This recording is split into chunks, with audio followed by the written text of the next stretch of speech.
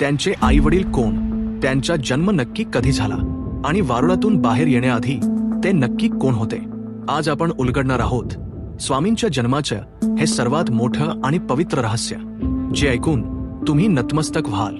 मित्रांनो, जगात प्रत्येकाचा जन्म एका तारखेला आणि एका ठिकाणी होतो, पण स्वामी समर्थांबद्दल असं म्हटलं जातं की ते अयोनी संभव आहेत, म्हणजेच त्यांचा जन्म आईच्या गर्भातून झालेला नाही. जेव्हा स्वामी अक्कलकोटला आले तेव्हा ते दिसायला वृद्ध होते, पण त्यांच्या अंगात एका तरुणाची ताकद होती. जेव्हा कोणी त्यांना विचारायचं, महाराज तुमचं गाव कोणतं, तुमचे आईवडील कोण, तेव्हा स्वामी फक्त एकच उत्तर द्यायचे, आम्ही वडाच्या झाडावरून पडलो, आणि हसायचे. लोकांना वाटायचं स्वामी गंमत करतायत, पण त्या एका वाक्यात त्यांच्या पास्ट लाईफ रहस्य लपलेलं होतं. स्वामींनी स्वतःला मूळ पुरुष आणि वटवृक्ष का म्हटलं, याचा संबंध त्या वारुळाशी कसा आहे, चला इतिहासाच्या 300 वर्ष मागे जाऊया. हे रहस्य समजण्यासाठी आपल्याला श्री नृसिंह सरस्वती यांच्याकडे जावं लागेल. दत्त संप्रदायातील दुसरे अवतार. असं मानलं जातं की नृसिंह सरस्वतींनी गाणगापूर सोडलं आणि ते श्रीशैल्यमच्या घनदाट जंगलात, ज्याला कर्दळीवन म्हणतात, तिथे निघून गेले. तिथे त्यांनी एका ठिकाणी बसून समाधी लावली.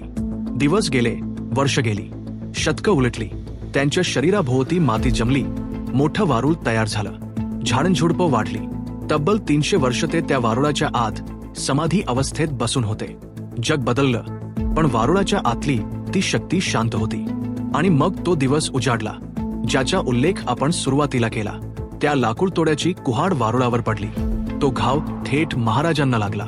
त्या वेदनेमुळे आणि रक्ताच्या धारेमुळे 300 वर्षांची ती अखंड समाधी भंग पावली. त्या वारुळातून जे बाहेर आले ते नृसिंह सरस्वती होते, पण एका नव्या रूपात, नव्या तेजात. तेच रूप म्हणजे श्री स्वामी समर्थ महाराज. म्हणूनच स्वामींच्या मांडीवर त्या कुहाडीच्या घावाची खूण शेवटपर्यंत होती, असं अनेक जुन्या ग्रंथांत सांगितलं आहे. म्हणजेच स्वामींचा जन्म झाला नाही, तर ते प्रकट झाले. नृसिंह सरस्वतींनी जिथे अवतार कार्य थांबवलं होतं, तिथूनच 300 वर्षांनंतर वारुळातून बाहेर पडून स्वामींनी ते कार्य पुन्हा सुरू केलं. हेच त्यांच्या अयोनी संभव असण्याचं सर्वात मोठं रहस्य आहे. त्यामुळे जेव्हा कधी तुम्ही स्वामींच्या मूर्तीकडे बघाल, तेव्हा लक्षात ठेवा, तुम्ही एका अशा शक्तीला बघताय जी काळाच्या पलीकडे आहे, जी मातीतून प्रगट झाली आणि आजही लाखो भक्तांच्या हाकेला धावून येते. स्वामी समर्थांच्या प्रगट होण्याबद्दलचा हा अद्भुत किस्सा तुम्हाला माहित होता का?